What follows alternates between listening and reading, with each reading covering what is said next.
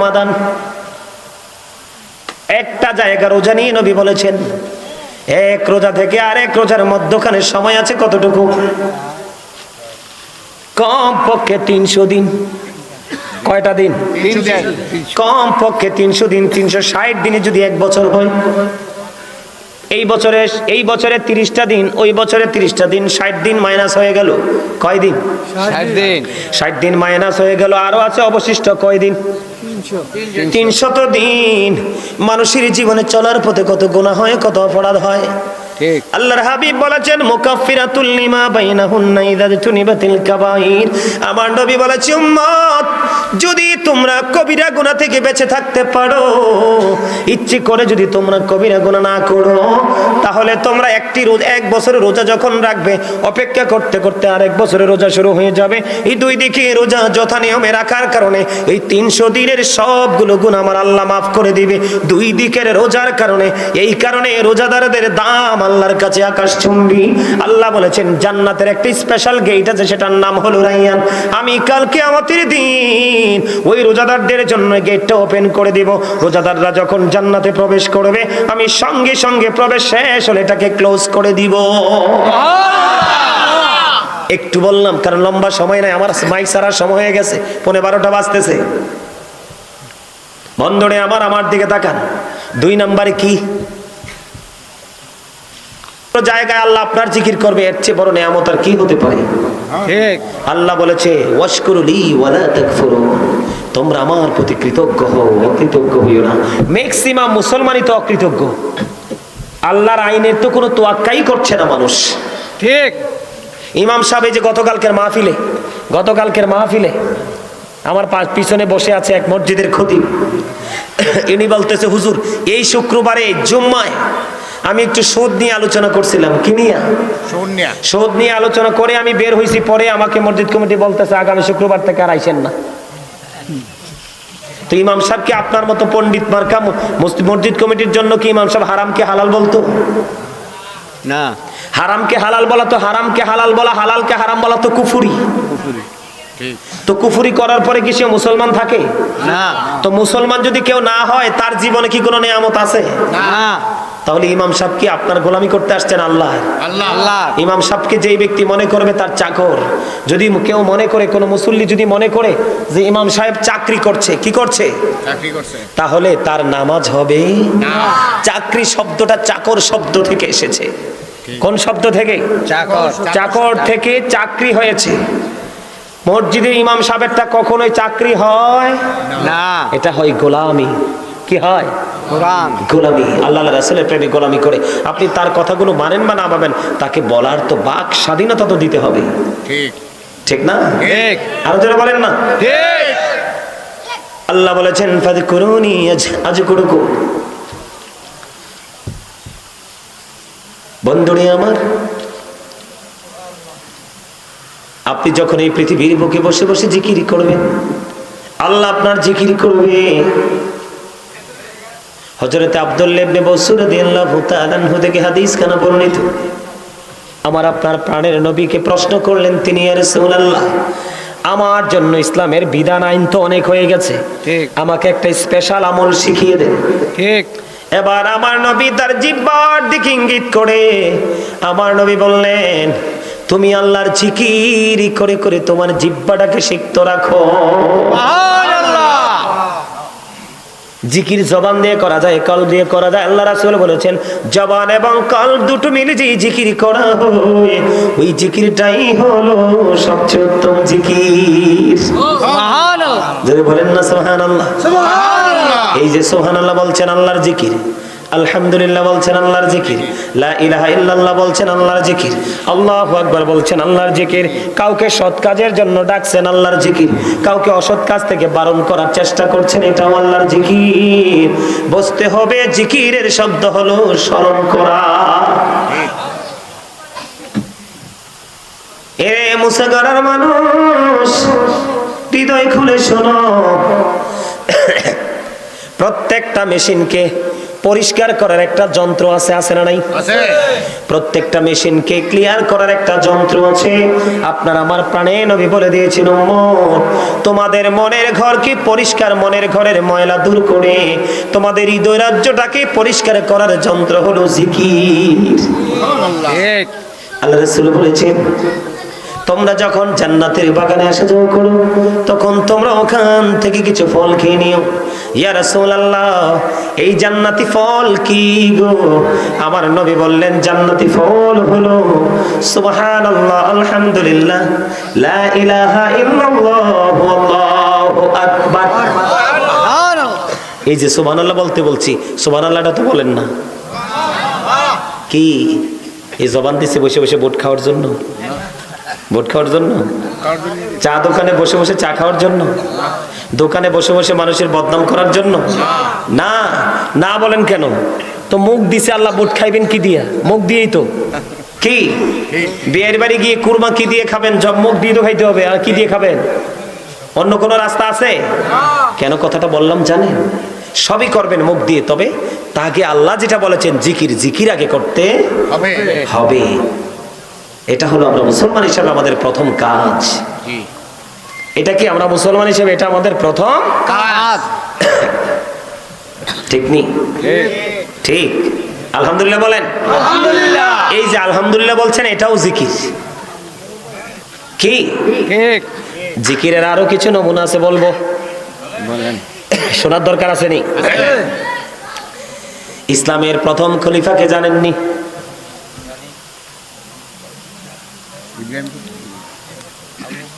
মাশাআল্লাহ, আমার চাচা ঠিক উত্তর দিছে।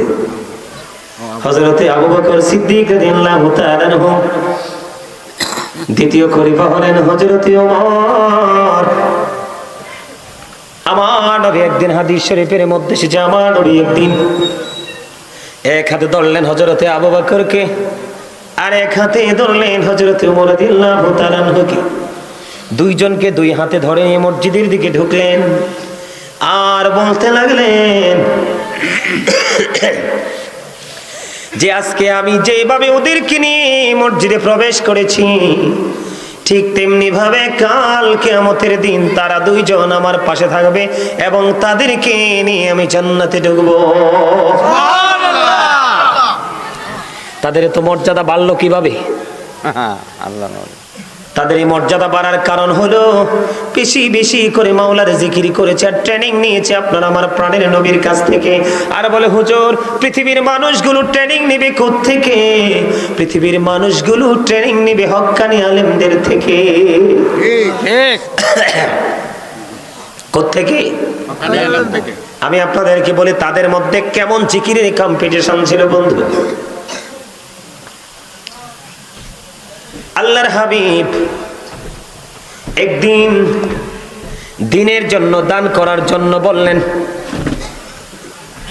যখন দান করার জন্য বলল, বলার পরে আবার হযরত ওমর রাদিয়াল্লাহু তাআলা আনহু বললেন,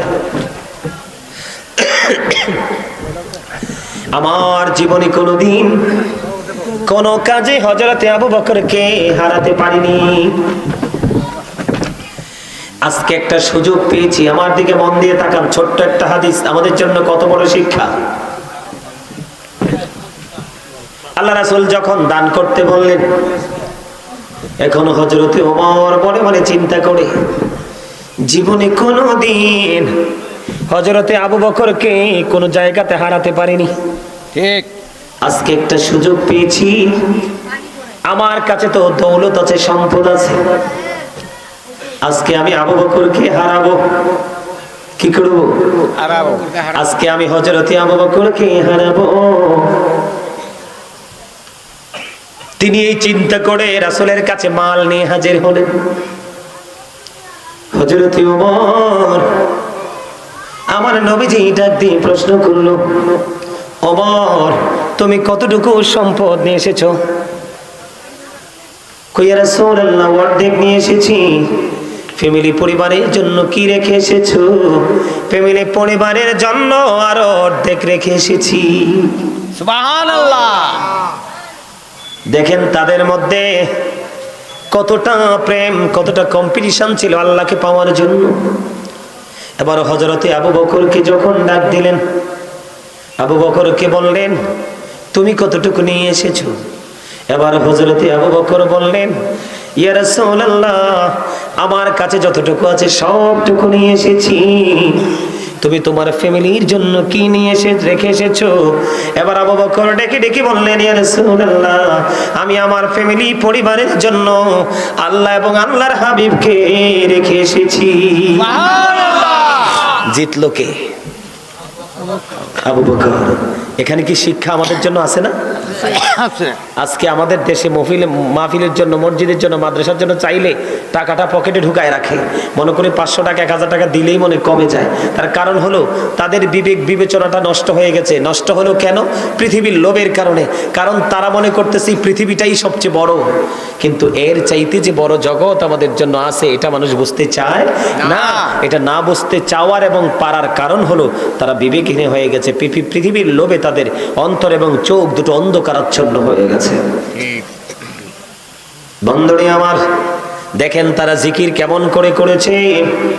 এবার যখন আবু বকর বললেন সব নিয়ে এসেছি, এবার ওমর ডেকে ডেকে বলছেন আমার জীবনে কোনোদিন আবু বকরকে হারাতে পারিনি।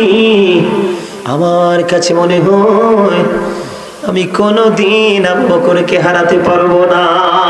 সুবহানাল্লাহ।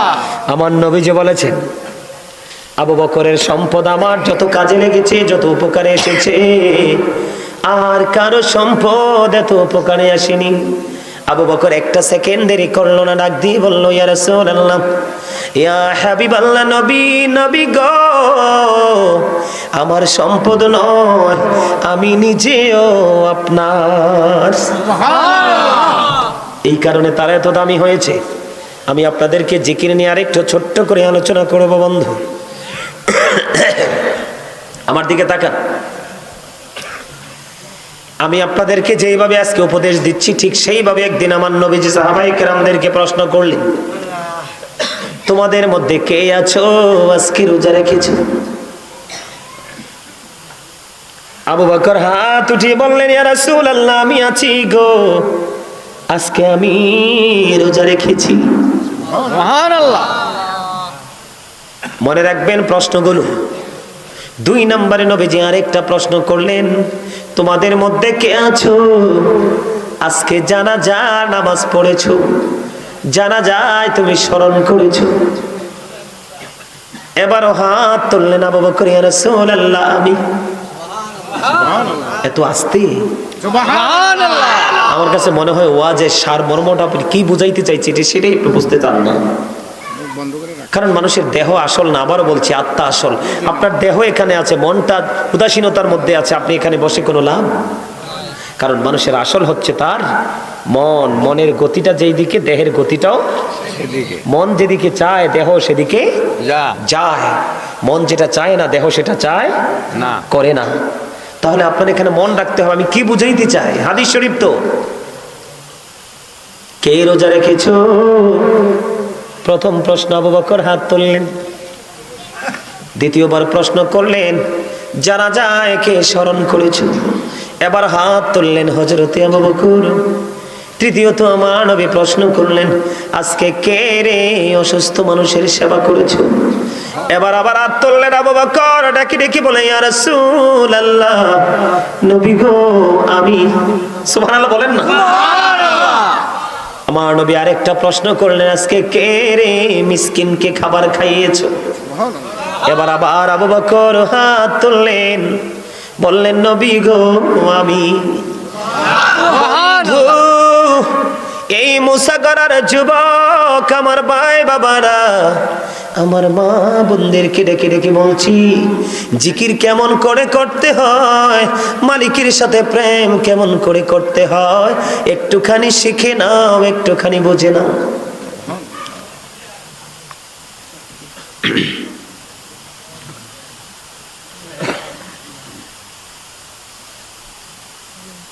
বলো না, আরেকটু বলো, আমি শুনি, ভাল লাগে তো, বলো।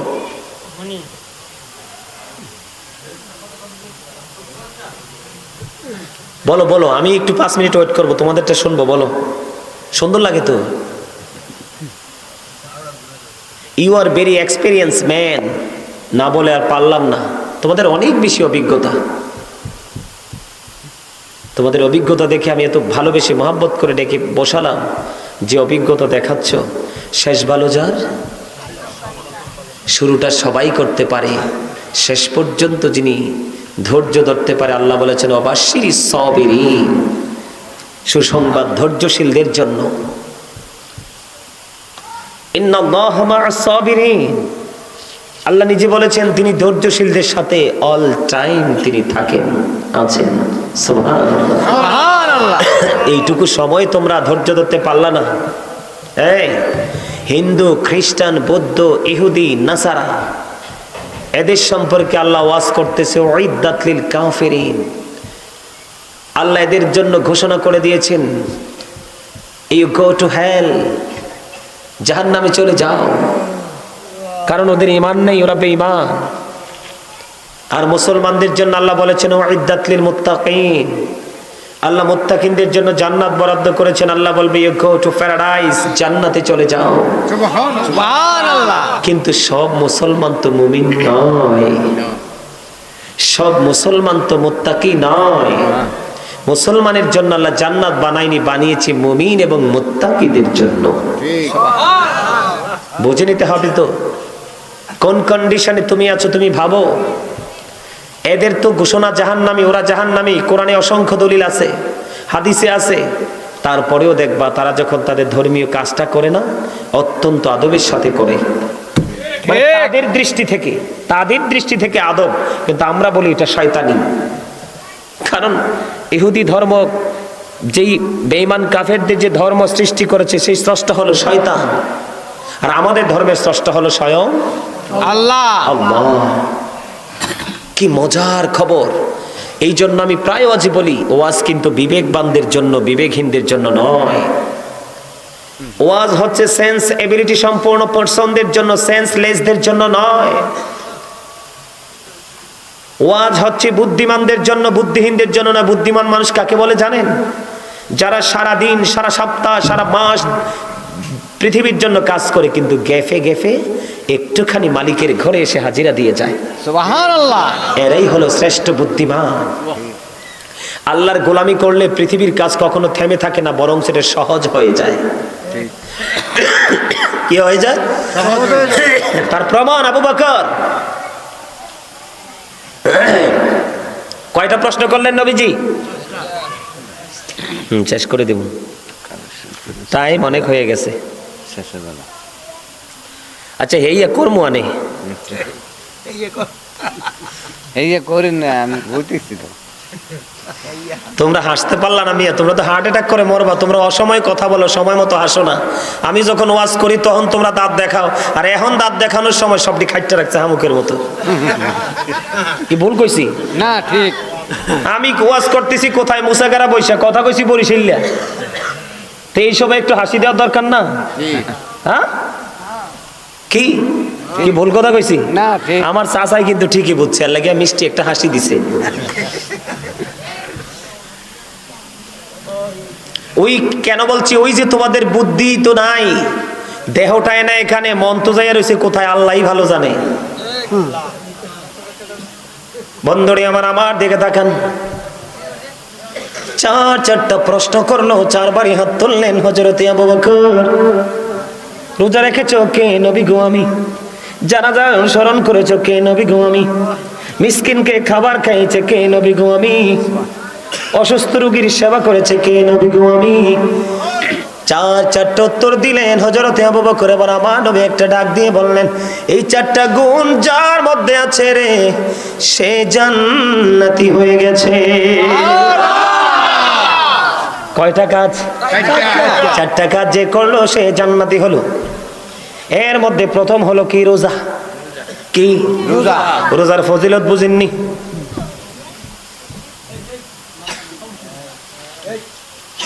হাদিস শরীফের একটা অংশ হলো রমাদান ও ইলা রমাদান। একটা জায়গা রোজা নিয়ে নবী বলেছেন, এক রোজা থেকে আরেক রোজার মধ্যখানে সময় আছে কতটুকু? কম পক্ষে 300 দিন। কয়টা দিন? কম পক্ষে 300 দিন। 360 দিনে যদি এক বছর হয়, এই বছরে 30টা দিন, ওই বছরে 30টা দিন, 60 দিন মাইনাস হয়ে গেল। কয় দিন? 60 দিন। 60 দিন মাইনাস হয়ে গেল, আরো আছে অবশিষ্ট কয় দিন? 300 দিন। মানুষের জীবনে চলার পথে কত গুনাহ হয়, কত অপরাধ হয়। ঠিক। আল্লাহর হাবিব বলেছেন মুকাফফিরাতুল লিমা বাইনাহুন্না ইযা তুনিবাতিল কাবাইর। আমার নবী বলেছেন উম্মত, যদি তোমরা কবিরা গুনাহ থেকে বেঁচে থাকতে পারো, ইচ্ছে করে যদি তোমরা কবিরা গুনাহ না করো, তাহলে তোমরা এক বছরের রোজা যখন রাখবে, অপেক্ষা করতে করতে আরেক বছরের রোজা শুরু হয়ে যাবে। এই দুই দিকে রোজা যথা নিয়মে রাখার কারণে এই 300 দিনের সবগুলো গুনাহ আমার আল্লাহ মাফ করে দিবে, দুই দিকের রোজার কারণে। এই কারণে রোজাদারদের দাম আল্লাহর কাছে আকাশচুম্বী। আল্লাহ বলেছেন জান্নাতের একটি স্পেশাল গেট আছে, সেটার নাম হলো রাইয়ান। আমি কাল কিয়ামতের দিন ওই রোজাদারদের জন্য গেটটা ওপেন করে দিব। রোজাদাররা যখন জান্নাতে প্রবেশ করবে, আমি সঙ্গে সঙ্গে প্রবেশ শেষ হলে এটাকে ক্লোজ করে দিব। একটু বললাম কারণ লম্বা সময় নাই, আমার মাইক সারার সময় হয়ে গেছে, 11:15 বাজতেছে। বন্ধুরে আমার দিকে তাকান। 2 নম্বরে কি? অমর খোদা মইয়ান কি আনবো? এই তো মনো, এই ঠিক হইয়া গেছে। ভালো লাগে? আপনারা এলাকার ছেলেরা তো বোকা, এরা তো কথা বলতে জানে না।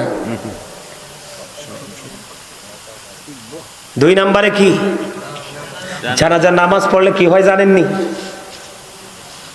এই জায়গাটা নিয়ে ছোট্ট একটা টপিক। তুমি যখন কোনো মানুষকে দেখা মাত্র সালাম দিবে, এটা তোমার কর্তব্য। দুজনের মধ্যে মহাব্বত বেড়ে যাবে, ঠিক। সামাজিক দূরত্ব দূর হয়ে বন্ধন আবদ্ধ হয়ে যাবে, ঠিক। তুমি যখন কোনো মানুষের জানাজায় শরীক হবা, এটা হলো ফরজে কিফায়া। ঠিক। জানাজায় যখন তোমরা অনুষ্ঠিত হবে, সবাই যখন একত্রিত হবে, একটা মানুষকে সবাই মিলে তুমি চিরবিদায় দিলে, তখন তোমার সামাজিক একটা বন্ধন তৈরি হবে। সুবহানাল্লাহ বলেন না? এটা বিশাল একটা নিয়ামত। এখন মানুষ মারা গেলে জানাজা দিতে চায় না, অথবা কোনোভাবে জানাজাটা দিলে তার কবরের পার যায় না। মানুষ এতটাই কঠিন, এতটাই শক্ত হয়েছে বন্ধু। তার কারণ হলো আল্লাহ বলেছেন ইত্তাকুল্লাহ ওয়াফিরবি, তোমরা আমাকে ভয় করো। এখন মানুষের সিনায় আল্লাহর ভয় নেই, মানুষের ভয় নাই। ঠিক না বেঠি? আর জোরে আল্লাহর হাবিব যদি জানাজায় অনুষ্ঠিত হতে পারে, জানাজায় অংশগ্রহণ করতে পারে, আপনার আমার যাওয়া দরকার আছে না নাই? আছে। এই বিধানগুলো না মানার কারণে আজকে সামাজিক দূরত্ব বেড়ে গেছে, সামাজিক সম্পৃক্ততা থেকে আমরা অনেক দূরে চলে গেছি। ঠিক। 3 নম্বরে হলো বন্ধু অসুস্থ রোগীর সেবা। কি? অসুস্থ রোগীর সেবা। মানুষকে সেবা করলে কি লাভ হয় তোমরা তো জানো না। হযরতে আলী রাদিয়াল্লাহু তাআলা আনহু থেকে হাদিস কানা বর্ণিত। বন্ধুরে আমার নবী, আপনার নবী, প্রাণের নবী বলে দিয়েছেন, কোন মানুষ যখন কোন অসুস্থ রোগীকে দেখতে যাবে, তার সেবা করবে। সকালে গেল, বিকালে আসলো, অথবা বিকালে গেল, পরের দিন সকালে ফিরে আসলো। আমার নবী বলে দিয়েছেন, যতক্ষণ পর্যন্ত সে ঘরে না ফিরলো, ততক্ষণ সে রুগী দেখতে গেল না, রুগী সেবা করলো না, সে যেন জান্নাতি ফল সংগ্রহ করতে থাকলো। যারা অসুস্থ মানুষের সেবা করার উদ্দেশ্য অথবা তাদেরকে দেখার জন্য সহানুভূতি দেখিয়ে যায়, শিফট আকারে তাদের জন্য মাগফিরাত কামনা করে ফেরেশতারা শিফট বুঝেননি, টাইম চেঞ্জ। কি টাইম চেঞ্জ? সকাল একটা শিফট, বিকাল একটা শিফট। যেমন আপনি সকালে গেলেন, বিকাল পর্যন্ত 70,000 ফেরেশতা রোগী দেখতে গেল, যারা তার জন্য মাগফিরাত কামনা করতে থাকে।